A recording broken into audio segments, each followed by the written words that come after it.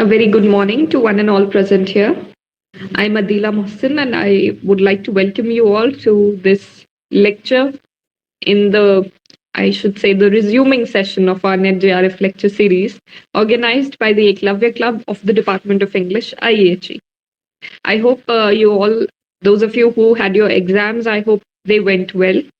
And we are beginning our series, resuming our series today with a lecture by Mr. Abhishek Singh Chandel, sir.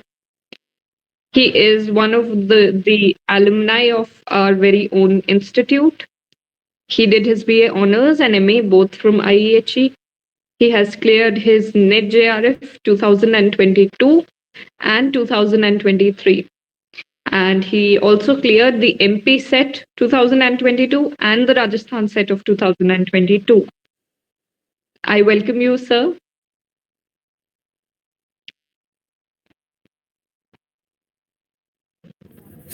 Thank you, Adila. Thank you very much. Thank you for providing me this platform and arranging this meet and everything. So I hope it would be a beneficial session for all of us. Definitely. So, shall I proceed? Yes, sure. Please. Okay. Then, as you can see on the slide, our topic for today's discussion is narratology. So, let us begin with a question. If anybody knows what is narratology, he can answer. He can attempt an answer. You can make a guess by the name itself. As far as I know, narratology is the study of narrative and narrative structures and how they basically impact a reader. Yes, absolutely right. So, narratology, as you said, is a study of narrative structures. So, when we focus on the word narrative structures, what we encounter is a keyword called structures. Now, if I say that narratology is a study of narrative structures, if it was a study of narratives only, then every single story or every single narrative was of equal importance. But when I say it's a study of narrative structure, then what I mean to say that there must be some common element between every narrative or every story which underlies that story, a structure underlying in the foundation of those stories. Those foundational elements are known as structures. Now, when we introduce the word structures to narratology, we directly refer to a major literary theory known as structuralism. I hope you have heard it. Structuralism? Yes, sir. So, see, narratology structuralism का ही एक branch है, क्योंकि narratology narrative structure से deal कर रहा है और structuralism की भी बेसिक थ्योरी यही है कि every element, every text in literature has a structure underlying itself, and it is only due to that structure that the text or the piece of text makes meaning.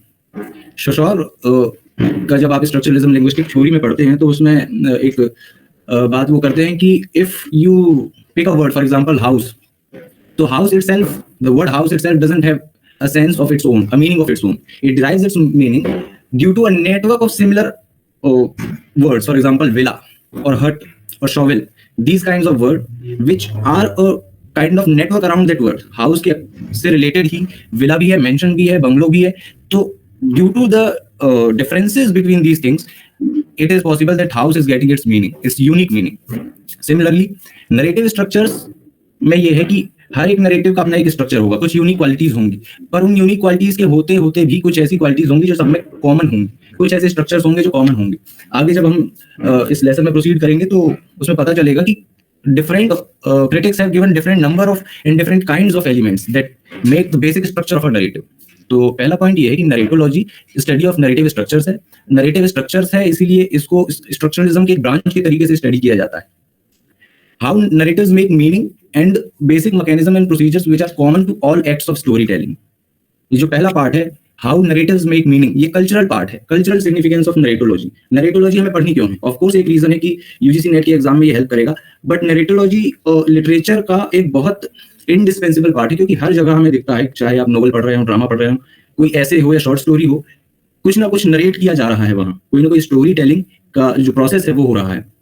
तो वो कैसे उससे meaning निकलता है, किस कंटेक्स्ट में meaning निकलती है वो, और दूसरा कि ये जो प्रोसेस है इसमें क्या क्या चीजें इन्वॉल्व हैं, इसके एलिमेंट्स क्या क्या हैं, ये हम नरेटोलॉजी के अंदर स्टडी करते हैं. अब जो टर्म है नरेटोलॉजी, ये किसने कॉइन किया था? एक फैक्चुअल डिटेल के तरीके से हम इसे देख सकते हैं कि ज़्वेतान टोडोरोव नाम के क्रिटिक हैं जो रशियन फॉर्मलिज्म से जुड़े हुए थे। इन्होंने अपनी book the grammar of the Decameron, इस बुक में इन्होंने ये टर्म कॉइन किया नरेटोलॉजी। इन्होंने फ्रेंच ओरिजिन से ये टर्म बोरो किया था नरेटोलॉजी, जिसको इन्होंने अपनी बुक द ग्रामर ऑफ डेकामेरन में लिखा है। ये पूछ सकता है नेट में, किसी फैक्ट के तरीके से पूछा जा सकता है कि नरेटोलॉजी कॉइन किसने किया, किस बुक में किया, या वो बुक कब पब्लिश हुई थी। तो I mentioned it just for the sake of factual information. इसके बाद तीसरी चीज आती है कि नरेशन की बेसिक रिक्वायरमेंट्स क्या हैं। आपको अगर कहा जाए कि आपको एक स्टोरी नरेट करनी है, तो क्या वो फंडामेंटल चीजें होंगी या इंडिस्पेंसिबल चीजें होंगी जो आप पिक करेंगे? मिनिमम रिक्वायरमेंट क्या होगी किसी स्टोरी को सुनाने के लिए? Anyone?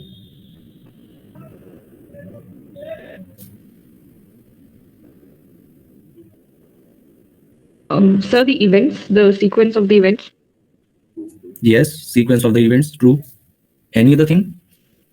So the characters can, because if we start a story, we definitely start with the sequence with an event, and then we move ahead to the characters. Yes, true. So these are the two basic requirements.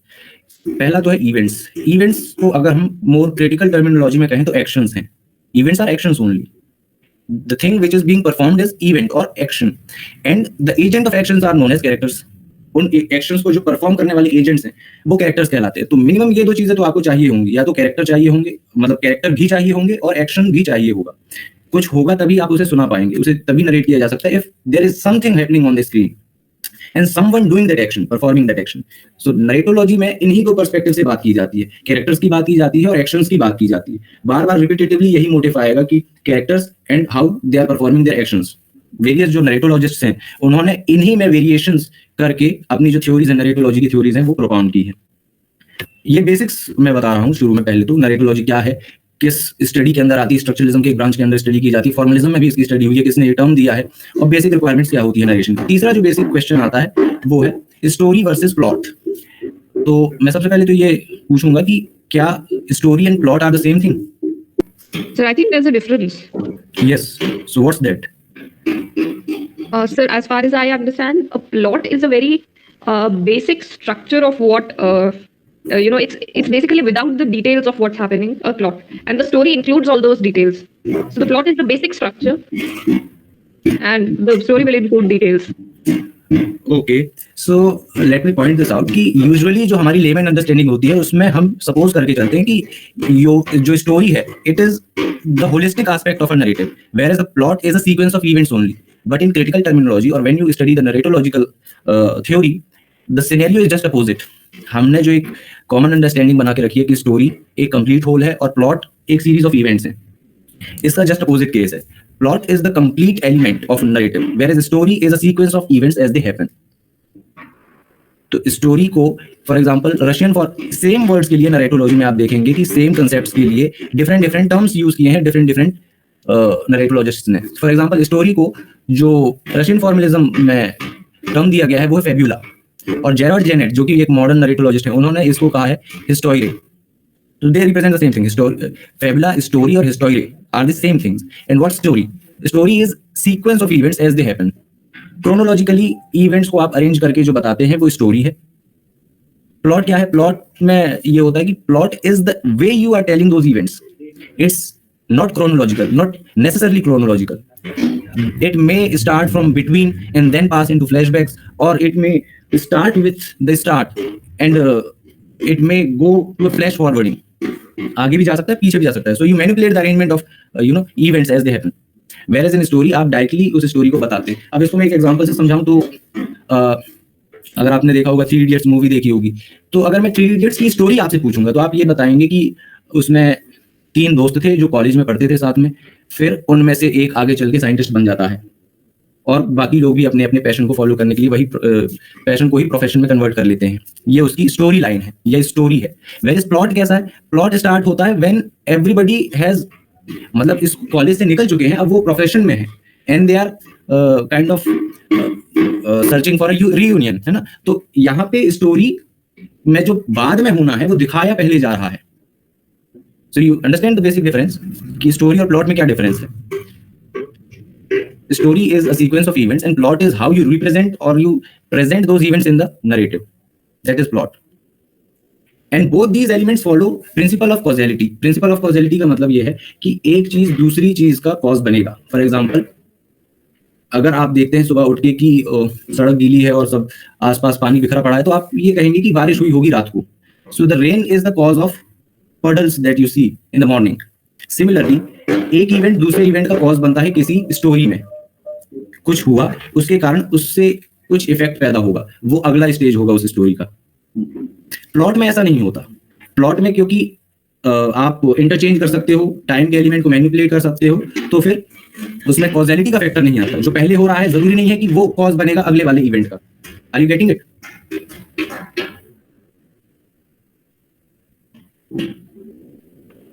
Hello. Yes, sir.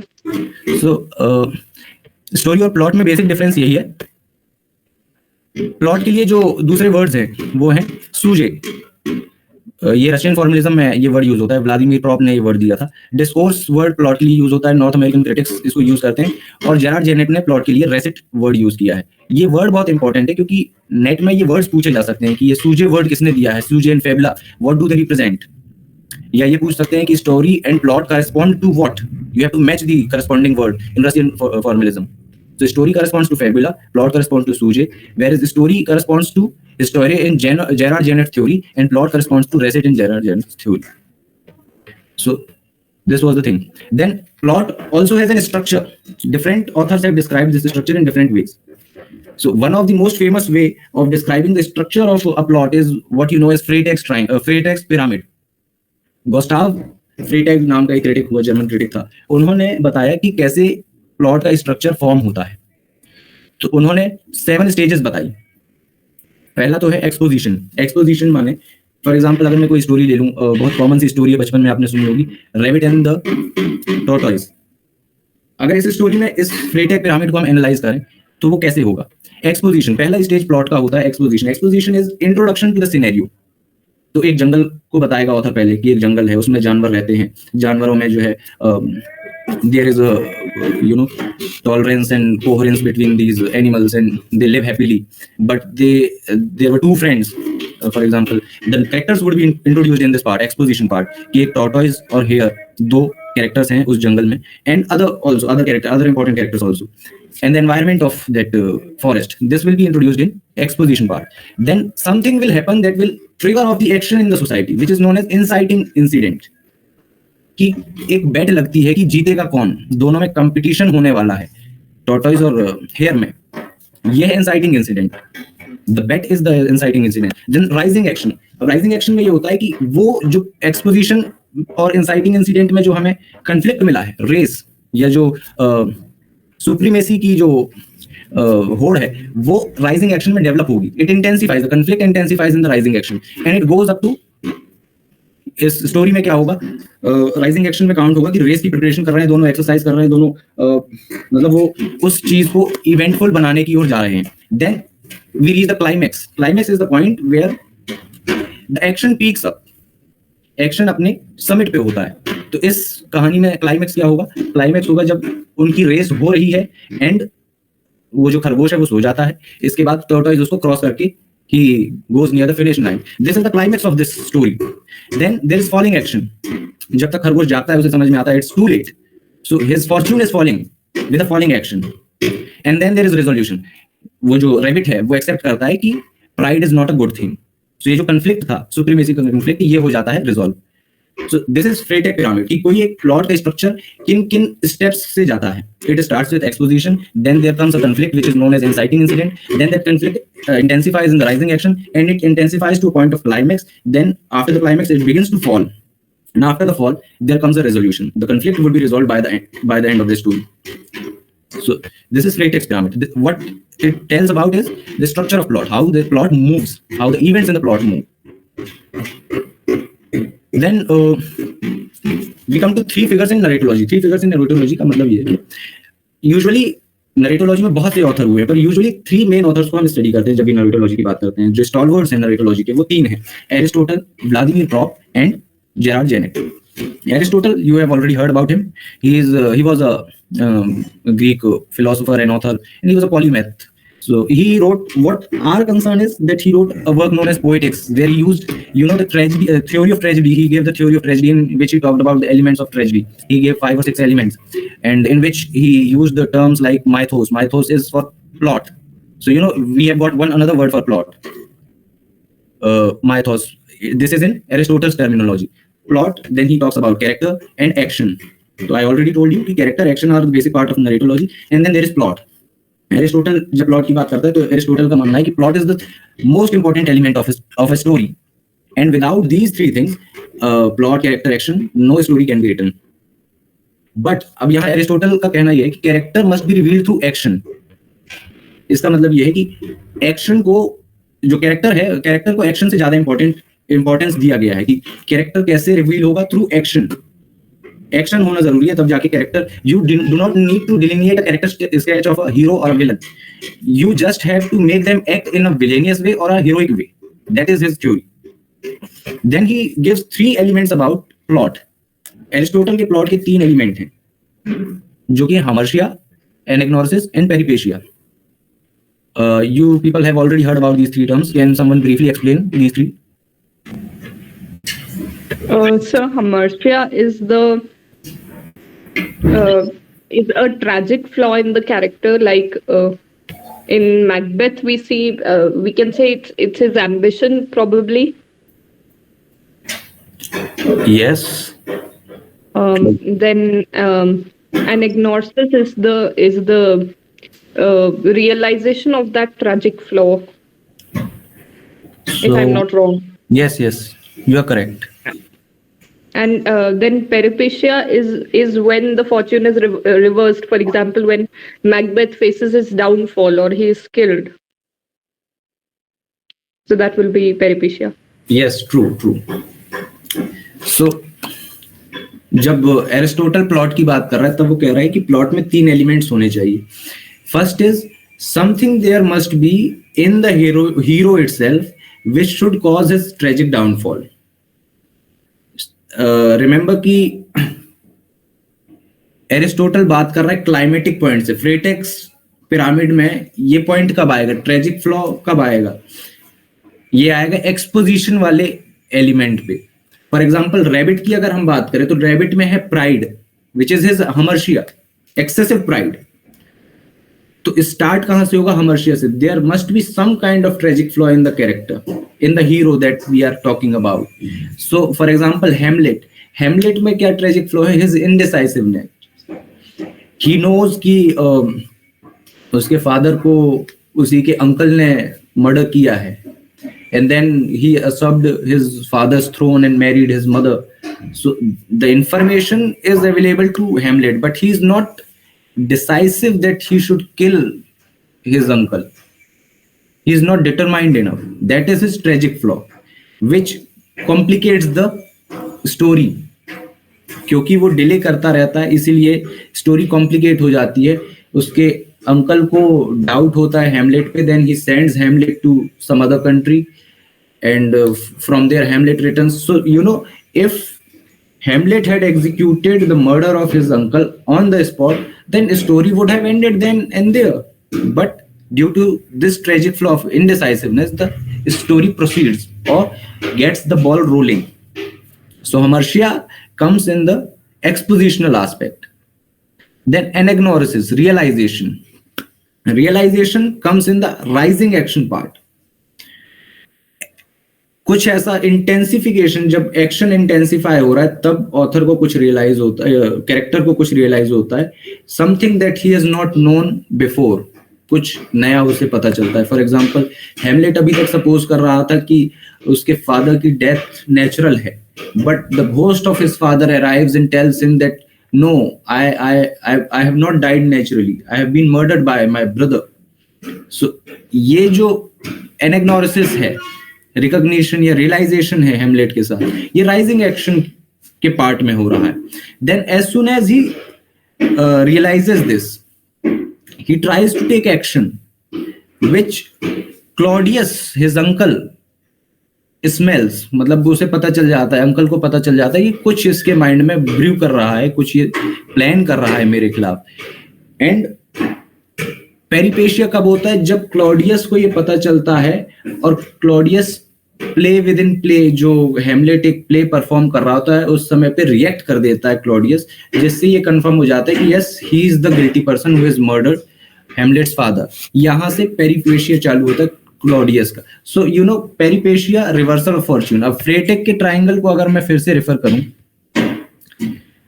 तो आप देखेंगे कि ये जो climax वाला part है, rising action से falling action, so rising action is just the reversal of falling action और falling action is just the reversal of rising action। so समझ रहे हो कि यहीं पे reversal of fortune का मतलब यह है कि climax is the point from where reversal of fortune happens। अगर फ्रेटेक, पिरामिड और एरिस्टोटल के इन तीन टर्म्स, स्ट्रक्चर ऑफ प्लॉट जो एरिस्टोटल का है और फ्रेटेक का है, इन दोनों को कंपेयर करोगे तो आपको पता चलेगा कि peripeteia is the point where we attain climax, because from there the direction of the movement of plot is changing. First it was in a rising action, then it reverses and comes into a falling action. Am I making sense to you? Yes, sir. Okay, so this was all about Aristotle. Then there is someone called Horace, who had written a treatise known as Ars Poetica. It was also a critical treatise. So in this he introduces two new terms, in medias res and deus ex machina. He says these two elements are also come under the structure of plot. Aristotle ने कहा ये तीन है, हमर्शिया, एनेग्नोर्सिस और पेरिपेशिया। Horace added two more terms to it. Which are they? In medias res and deus ex machina. Can someone tell me what are these two? So in media res means in middle of things. So basically it refers to when the narration starts in the middle of action. Yes, true. Can you give some example? So like in The Catcher of the Eye, in the Catcher in the Rye, the novel, Holden is in a mental institution and the events are revealed gradually through narration. Okay.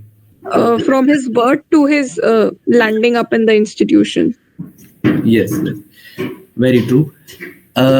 In medias res का मतलब in middle of something. The story is not starting from the start. It's not following a chronology. It starts from somewhere middle, then the author will tell the background of the story which he has started to narrate. Background में बाद में जाएगा, flashback करके जाएगा। For example paradise lost में जब Milton उस epic को स्टार्ट करता है तब वो उस सीन को डिस्क्राइब कर रहा है जब सेटन ऑलरेडी हेवन से बैनिश हो चुका है और वो पेंडामोनियम में या हेल में आके गिरा हुआ है अपने लोगों के साथ। Then Milton reverts back to the story of fall of Satan. बाद में बताता है fall of Satan जो पहले हुआ है वो बाद में आता है और fall होने की बाद की चीज पहले आती है। In medias res का मतलब है the story is not starting from the start but it is starting from somewhere between. Then deus ex machina is another device. For example, कोई एक कन्फ्लिक्ट है या कोई एक ऐसा नॉट है स्टोरी में, अनरिजॉल्वेबल नॉट, जिससे कोई सॉल्यूशन नहीं निकल रहा है, प्लॉट वहीं पे अटक गया है। ऐसी सिचुएशन में कुछ ऐसा हो जाना, कुछ अनएक्सपेक्टेड हो जाना जो लगे कि ये तो कोई डिवाइन इंटरवेंशन से हुआ है, उस एलिमेंट को कहते हैं ड्यूस एक्स मशीना। फॉर एग्जाम्पल आप देख रहे हैं, कोई मूवी देख रहे हैं, उसमें कोई ऐसा सीन है जब हीरो जो उस मूवी का है वो किसी बुरी सिचुएशन में फंस गया है जिससे निकलना इम्पॉसिबल है, प्रैक्टिकली इम्पॉसिबल है, और फिर अचानक आपको पता चलता है कि no, he was just dreaming and he wakes up from dream. This is what is called deus ex machina. Something has happened unexpectedly which has resolved the situation miraculously in a divine way. This is known as machina. So it's also a part of plot because some plots, some stories involve this device, deus ex machina. So you no मैं क्या बात कर रहा हूँ, plot में किस किस type के एलिमेंट्स होते हैं। एरिस्टोटल ने कहा हमर्शिया, एनाग्नोसिस, पेरिपेशिया होता है। होरेस ने दो चीजें और ऐड कर दी, इन मीडिया रेस भी चालू हो सकता है कोई प्लॉट, एंड उस प्लॉट में ड्यूस एक्स मशीना भी हो सकता है। कुछ ऐसी चीज हो सकती है जिससे हमें ये लगता है कि ये तो डिवाइन इंटरवेंशन से हो गया। फॉर एग्जाम्पल, हीरो किसी क्लिफ से गिर रहा है और अचानक से कोई सुपरमैन आके उसको बचा लेता है। This entry of a super human और divine kind of thing is known as deus ex machina. Then इसके बाद our next figure in narratology is Vladimir Propp. Vladimir Propp ये एक रशियन फॉर्मलिस्ट क्रिटिक थे। इनकी जो मोस्ट फेमस बुक है वो है the morphology of folk tale. इसमें इन्होंने बेसिकली क्या किया है, रशिया के जो फेमस फोक टेल्स थे उनको एनालाइज किया, उनके स्ट्रक्चर्स और प्लॉट्स को एनालाइज किया, फिर उसमें कॉमन एलिमेंट्स खोजे कि इनमें जो कॉमन एलिमेंट्स हैं वो क्या क्या हैं जो सारे या most of the folk tales में पाए जाते हैं। और जब इन्होंने फाइंड आउट किया तो इन्हें 31 फंक्शंस मिले। 31 फंक्शंस यानी 31 possible action, possible type of structures in the plot, और 7 टाइप्स ऑफ कैरेक्टर्स इन्होंने फाइंड आउट किए। इनका बेसिक कहना यह है, थ्योरी ये है कि किसी भी फोक टेल में इन्हीं 31 फंक्शंस में से कुछ फंक्शंस अवेलेबल होंगे और इन्हीं 7 टाइप्स ऑफ कैरेक्टर्स में से कुछ कैरेक्टर्स अवेलेबल होंगे, और इन्हीं से बोरो करके कोई ऑथर एक फोकटेल लिख सकता है। That is what he is propounding. इसका मतलब यही है, जैसे आप केमिस्ट्री में पढ़ते हैं कि एलिमेंट्स फिक्स्ड हैं, 100 और 110 elements are there in the world, and out of those 110 elements only the whole world is manufacture और मेड अप। कॉम्बिनेशंस अलग होते हैं तो उससे अलग अलग सब्सटेंस बनते हैं, एलिमेंट्स सेम हैं। वैसे ही व्लादिमीर प्रॉप कह रहे हैं कि elements of the plot and characters are same but different combination of these two things make the story different. अब इन्होंने जो लिस्ट दी है 31 एलिमेंट्स की वो ये है।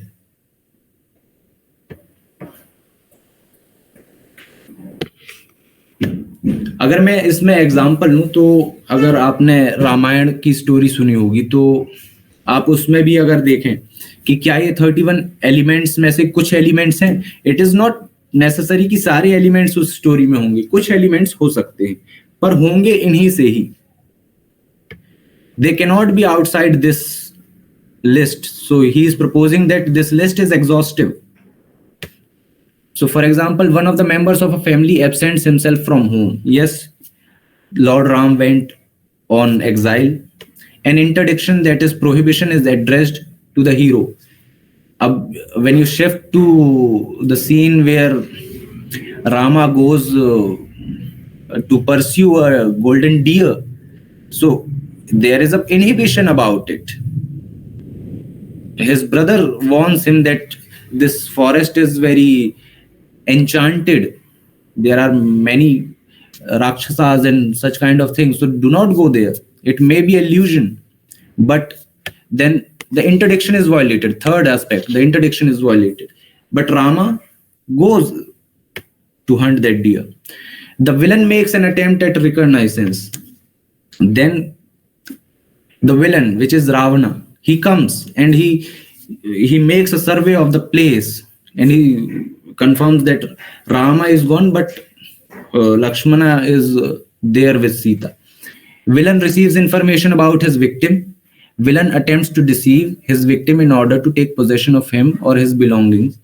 So you know all these elements are present in Ramayana, and you take any story and apply these 31 elements to it, you will find them कि हाँ ये है, ये नहीं 31 एलिमेंट्स में से कुछ एलिमेंट्स उस स्टोरी में पाए जाएंगे। Then he also says that there are 7 types of characters: the villain, the donor or the provider. The villain is the one who is the antagonist of that story.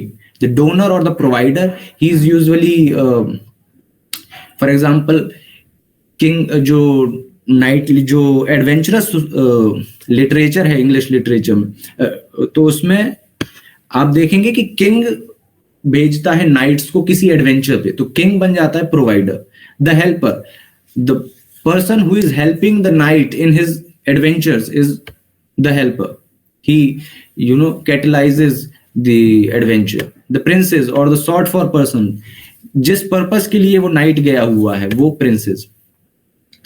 The dispatcher,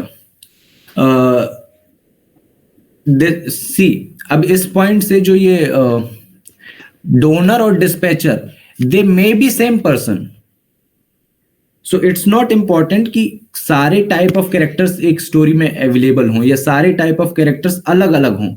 the villain can be the false hero, point number 7. The hero can be the provider also. The king himself may be going on the adventure. So Vladimir Propp की theory ये है कि he is talking about the structural element of the plot. He is not talking about, now there are some demerits of his theories. So first of all, it is repetitive. For example, point number 6 and 7 are same things. So refer to point number 6. The villain attempts to deceive his victim in order to take possession of him or his belongings, and the victim submits to deception. So it's basically represent two actions, a single action from two different point of view. एक villain के point of view से है, एक victim के point of view से, but they are referring to the same element. So the list, though it is exhaustive, but it is inefficient, it is repetitive. Similarly, point number 10 and 11 are similar. They refer to the same events, but they have been assigned two different functions, 10 and 11. Then there is no depth in characterization according to Vladimir Prop. उसके characters roles हैं basically. Villain is a role. The one who performs villainous act is a villain. It's not about what type of villain it is. Vladimir Prop doesn't concern himself about the depth of character or the psychological part of that character. So his characterization is very poor. Then he does not say anything about a way narrative is represented. Talks only about story part, not plot. उन्होंने ये तो बता दिया story के क्या क्या elements होते हैं, पर उन्होंने इस बारे में डिस्कस नहीं किया कि कैसे उन्हें प्रेजेंट किया जाएगा. तो हमारे जो नेक्स्ट क्रिटिक हैं जेरार्ड जेनेट, ये इस बारे में बात करेंगे. तो we are here for Gerard Genette. This is the last author that we will be discussing. Somebody has any doubt so far? किसी कोई doubt? Sir, I had one or two doubts in the Aristotle part. So, if you say, then I'll ask it now. Otherwise, I can ask at the end also. No, you can ask. Sir, in Aristotle, the first thing I wanted to confirm is the elements that he gives for a plot. That is the hamartia, the anagnosis, and peripecia. Yes. Are they specific to tragedies from his perspective, or for every plot he is giving these?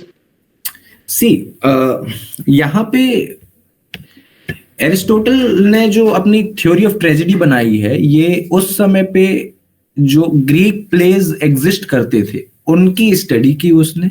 फिर उसमें जो common elements थे उनको pick किया और फिर उससे अपनी थ्योरी ऑफ ट्रेजेडी को फॉर्मुलेट किया.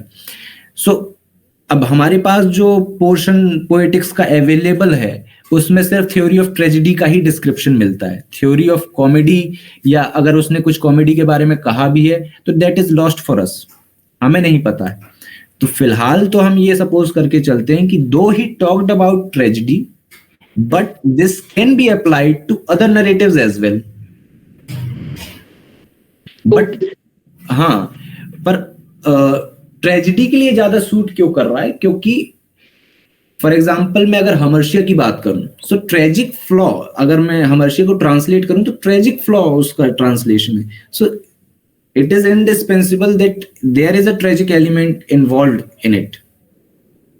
अगर वो ट्रेजिक फ्लॉ है, इसका मतलब ही है कि वो फ्लॉ कहीं ना कहीं ट्रेजेडी को रिजल्ट करेगा. Yes, sir. Any other doubt? You had one other doubt, no? Yes, sir. So the second part, that is the anagnosis, which says realization. Yes. So realization refers to like any sort of realization or the realization of his own tragic flaw. See, realization can be any type of realization, though it is usually considered to be a realization of hero's own tragic flaw, but it can be extended to other type of flaws also. For example, it depends upon the story you are analyzing. For example, what he modeled his theory upon was Oedipus Rex. So in Oedipus Rex, the play, in this context, he used the word anagnorisis to refer to the realization of tragic flaw of Oedipus Rex only. So he came to realize that he is the killer of his own father and he has married his own mother. So that is the realization he goes through. Yes, sir. But in Hamlet, he does not realize in the whole play that he has a tragic flaw of indecisiveness. Hmm. There is no such realization by the end of the play. Yes, sir. So it depends upon the narrative, but there will be a kind of realization. Either it is the realization is to the hero or to the villain. Some character or somebody would be realizing something or recognizing something which they had known until now. They had not known until now. Okay, sir. Yes. Yes. Thank you, sir. Okay. So Gerard Genette, net perspective से सबसे important author हैं, French literary theorist थे। Then इनकी जो theory है ये tell पे कम होके, अभी तक हमने जो पढ़ा वो बेसिकली प्लॉट, टेल, कैसे जो है एलिमेंट्स क्या होते हैं, स्ट्रक्चरल पार्ट को ज्यादा फोकस कर रहे थे। जेरार्ड जेनेट का कंट्रीब्यूशन ये है कि ये मैटर पे फोकस ना करके मैनर पे फोकस करते हैं, हाउ इट इज टोल्ड या how the tale is told, the narrative part of it. और उन्होंने जो बुक लिखी है, इंपॉर्टेंट बुक, वो है narrative discourse and essay in method, 1983 में ये पब्लिश हुई थी। ये एक इंपॉर्टेंट बुक है, ये पूछी जा सकती है नेट में। इस बुक में ये 6 क्वेश्चंस का आंसर करते हैं। ये 6 क्वेश्चंस क्या हैं? नरेशन के बारे में जो 6 क्वेश्चंस हैं उनके ऊपर ये आंसर करते हैं। तो पहला क्वेश्चन जो ये आंसर कर रहे हैं वो है कि is the basic narrative mode mimetic और डाइजेटिक? पहला question. Then second question is how is narrative focalized? Third is who is telling the story? Fourth is how is time handled in the story? Fifth, how is story packaged? And the sixth is how are speech and thought represented? ये 6 questions इन्होंने discuss किए, तो one by one briefly हम इनको refer करेंगे। तो is the basic narrative mode mimetic और diegetic? इसका बेसिक मतलब यह है कि कोई स्टोरी किस तरीके से सुनाई जा रही है। माइमेसिस का मतलब यह है कि आप किसी स्टोरी को बता भी सकते हैं। फॉर एग्जाम्पल मैं कह सकता हूं कि राम इज स्कोल्डेड, या you can say Ram scolded Shyam. तो अगर मैं इतनी बात कहता हूं तो I am telling it, but if I say कि Ram said why are you sitting here, why are you uselessly sitting here, so this kind of thing is I am showing कि क्या किया जा रहा है, rather than to tell I am showing it. This kind of narration is known as mimesis, whereas diegesis is to tell, not to show. For example, the earlier sentence was कि Ram scolded Shyam. So I just told you कि there is an act of chastising. I am not telling how it is done. But in the second line, Ram said, and what was the chastising remark? If I quote that, then I am showing what was happening there. Do you get it? What's the difference between these two? Yes, sir. Then mimesis is very descriptive. It's a long kind of description because you are showing something, so it is but natural कि you would be taking time to describe it, है ना? Or it is slow telling, whereas diegesis is very fast moving. For example, if I say कि he waited for me 5 years, this is a diegetic remark, but if I begin to describe those 5 years, how he waited for me, then it would become mimetic. But it's not possible to describe that 5 years. It's a long time. So these are two modes of narration. Either you tell what is happening or you show what is happening. These two terms are very important, mimesis and diegesis. They will come up again. So what method does a narrative employ? The answer is a narrative can employ both the methods. It can be a mix of both the methods.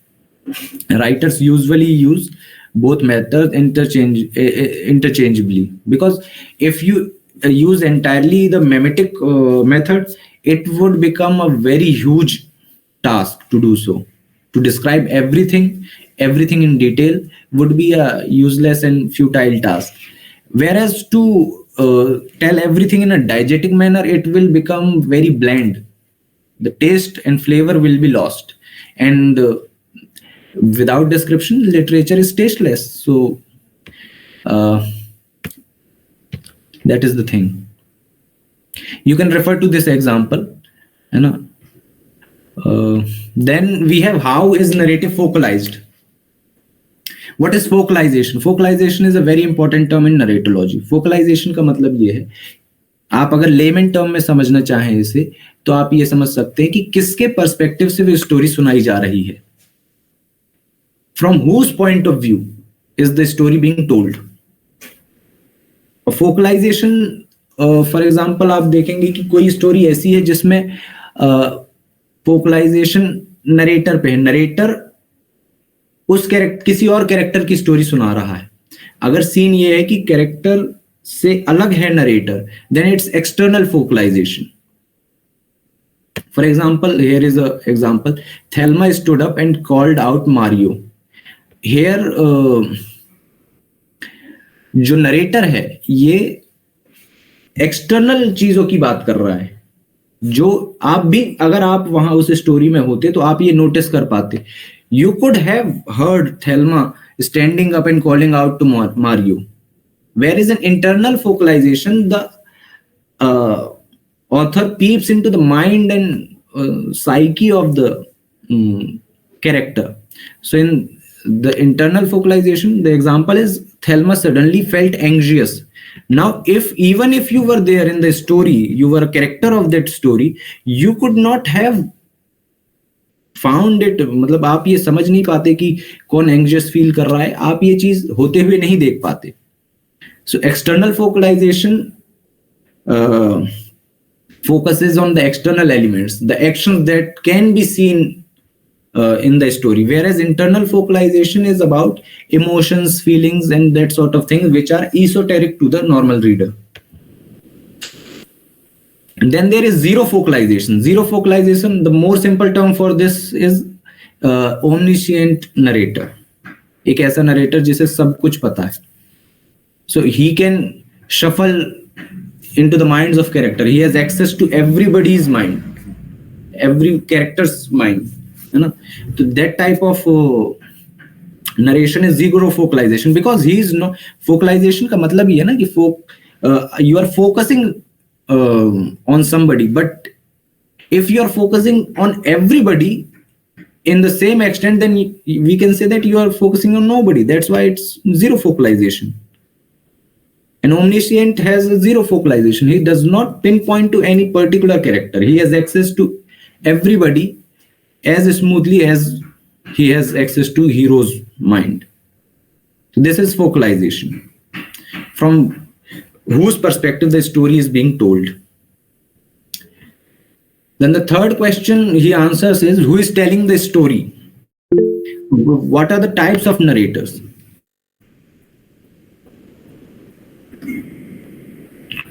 तो दो type के narrator उन्होंने जो बताए वो है कि पहला तो है कोवर्ट इफेस्ड नॉन इंट्रूसिव या नॉन ड्रामेटाइज्ड नरेटर। ये चारों नाम एक ही टाइप के नरेटर के हैं। इसमें ये होता है कि नरेटर कोई एक रैंडम पर्सन है जिसे हम जानते नहीं हैं and we are not concerned about knowing him. उसका नाम हमें नहीं पता, पर्सनल हिस्ट्री नहीं पता, बस हम इतना जानते हैं कि he is the medium through which we are getting into the story. He is the medium who is, bringing a story to us.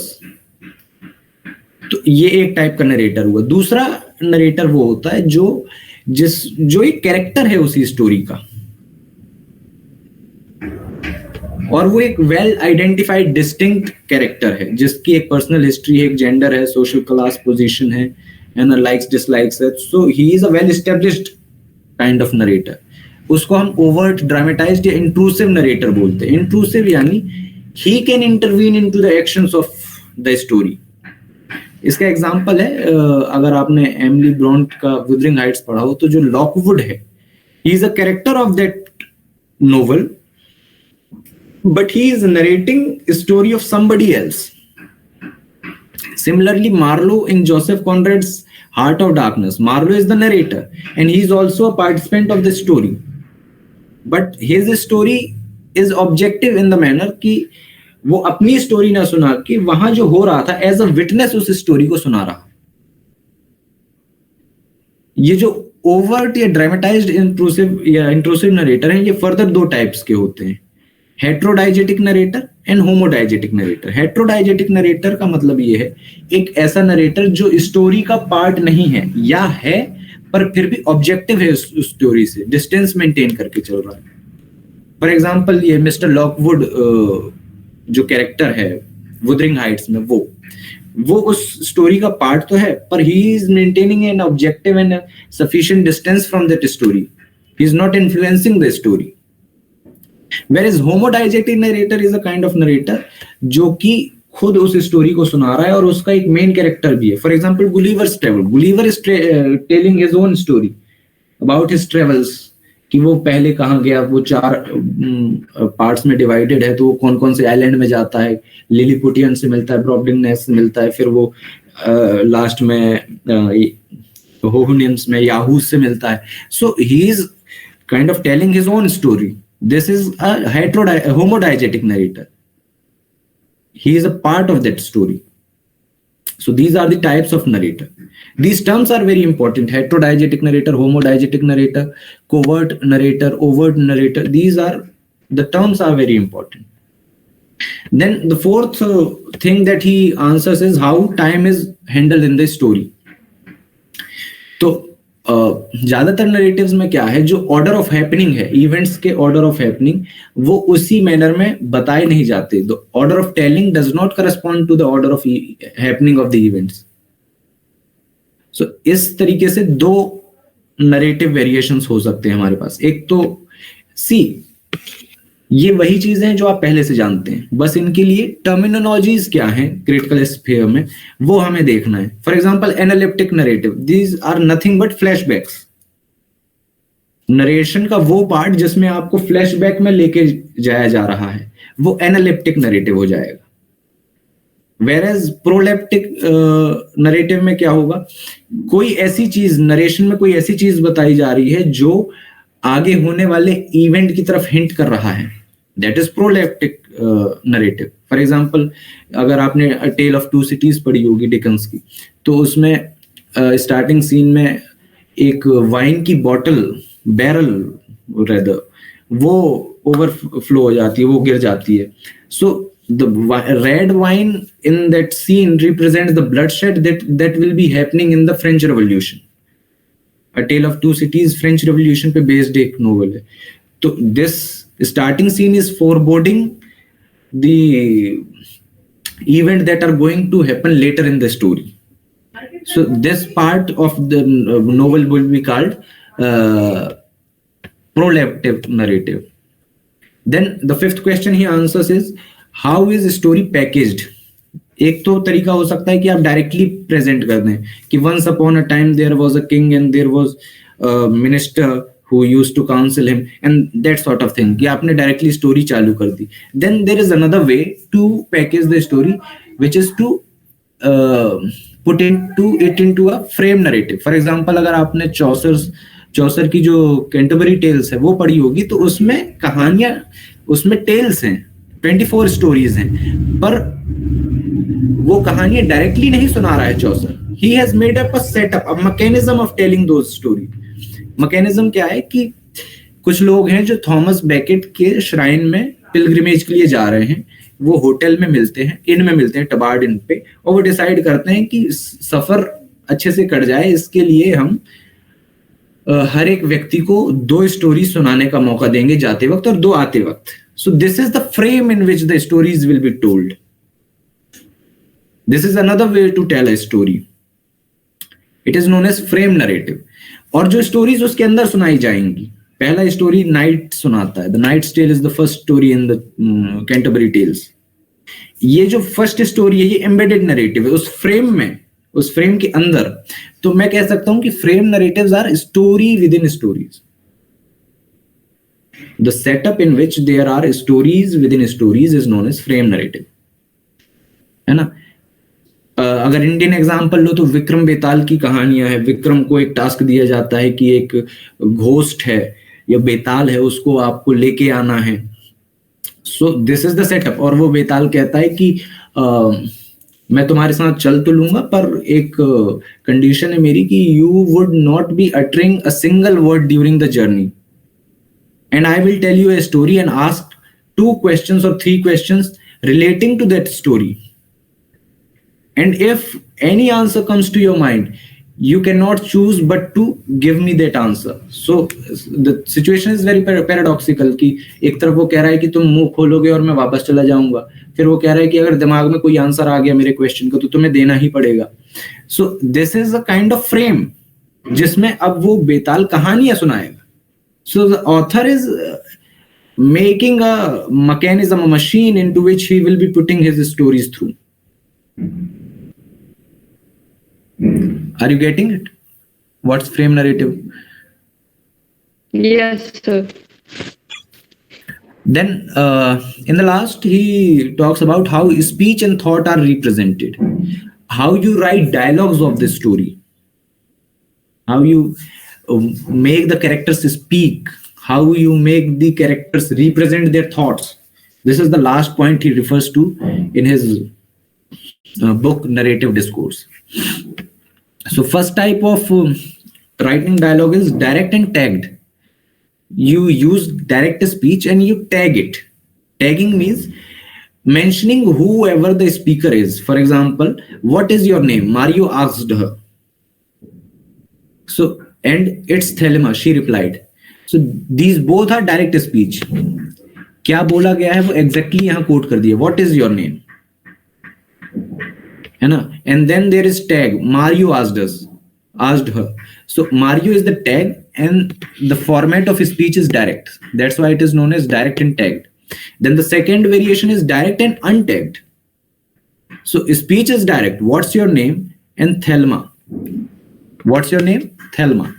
So the speech is direct, but it is not tagged, which means the speaker of these quotes is not given. अब इसमें दिक्कत क्या होती है, अगर 2 से ज्यादा participant हों तो आप कंफ्यूज हो सकते हैं कि किसने क्या बोला है, because the tag is not assigned. या तो अगर क्वेश्चन आंसर के फॉर्मेट में वो कन्वर्सेशन नहीं चल रही तो भी समस्या आ सकती है. ये second mode of representing speech में, डायरेक्ट और अनटैग्ड में. तो what we can do is direct and selectively tag, कि कुछ चीजों को टैग करेंगे, कुछ को नहीं करेंगे, कुछ जो है इंप्लाइड होंगी. For example, what is your name? Asked Mario. Thelma, तो थेल्मा जिसने भी बोला होगा, he is the answering person और he would be the person to whom this question was asked. ये सपोज कर लिया जाता है. तो this is direct and selectively tagged. Then we have direct tagged indirect speech. अब कोट में नहीं आएगा, the dialogue would not be presented as it is, but the sense of it would be present. So he asked her what her name was and she told him it was Thelma. You can see here tags are there. He is a tag which means Mario, and she is a tag which means Thelma, the answering person. So tags are there, and the speech is indirect. Then we have free indirect speech. This is the most important variant of speech because it is excessively used in modern literature. What was her name? Was it Thelma? So how do you reach to free indirect speech? You just remove tags from tagged indirect speech. So untagged indirect speech is known as free indirect speech. That's why the word free is used. If something is tagged, it is not free. Free means untagged. Untagged indirect speech. What was her name? And it was Thelma. See here, what was her name is not a direct speech because it has been converted into indirect. It is in the format of reporting. The author is reporting what was asked. Her name was asked. And what was replied? The answer came as the noun. It was Thelma. So this is free indirect speech. These are the 5 types of speech that he describes. So with this, we have come to the end of this lecture. So if anybody has some doubt, he can ask. He or she can ask. Sir, could you please explain embedded narrative again? So see, narrative को 2 तरीके से present किया जा सकता है. एक तो ये है कि आप डायरेक्टली स्टोरी पे आ जाएं. You just tell the story, start telling the story, है ना? And then there is another thing कि first package it or first build a frame around it. For example, मैंने चौसर के कैंटरबरी टेल्स का example दिया. तो या फिर एक दूसरा एग्जांपल लेते हैं. एक the turn off the screw, Henry James की एक स्टोरी है. उसमें हो ये रहा है कि 4 दोस्त मिल गए हैं. वो बैठे हुए हैं रात को फायर साइड पे कुछ जला के कैंपिंग कर रहे हैं. Then they are telling horror stories and it is decided कि everybody will tell one horror story turn by turn. तो ये जो फ्रेम है जिसके अंदर स्टोरी सुनाई जाएगी, ये तो फ्रेम है. और जो स्टोरी सुनाने वाला होगा, जो स्टोरी सुनाई जाएगी, वो एम्बेडेड नरेटिव है. You get it? चौसर जब ये डिस्क्राइब कर रहा है कि 30 पिलग्रिम्स हैं, 24 टेल्स सुनाई जाएंगी और पिलग्रिम जो है बैकेट की श्राइन की तरफ जा रहे हैं और ये डिसाइड होता है कि हर एक व्यक्ति 2 स्टोरी जाते वक्त 2 स्टोरी आते वक्त सुनाएगा. So this is frame, but the actual stories that are being told are the embedded narrative because they are embedded inside that frame. Embedded narrative is the story that lies inside the main frame, the primary story. Primary story means the story which gives an environment or conducive environment for the secondary narratives to be told. समझ में आ रहा है? Yes, sir. Any other question? So I think there are no more doubts. Okay. So thank you so much, sir, for your lecture. It was wonderful and very simply and easily explained. And I would like to call Pranshi to give the vote of thanks. Good afternoon, sir. Good afternoon, everyone. My sincere thanks for your remarkable presentation on narratology. Sir, your insights and expertise made a significant impact, and we're grateful for your valuable contribution. Thank you again for sharing your knowledge. The topic was received very well by the audience, and thank you so much again. Have a great day ahead. And we look forward to have more of these interesting and very informative lectures like today. Thank you. Thank you, everybody. Thank you for being such a patient listener. And I hope I was lucid in my presentation. Thank you very much.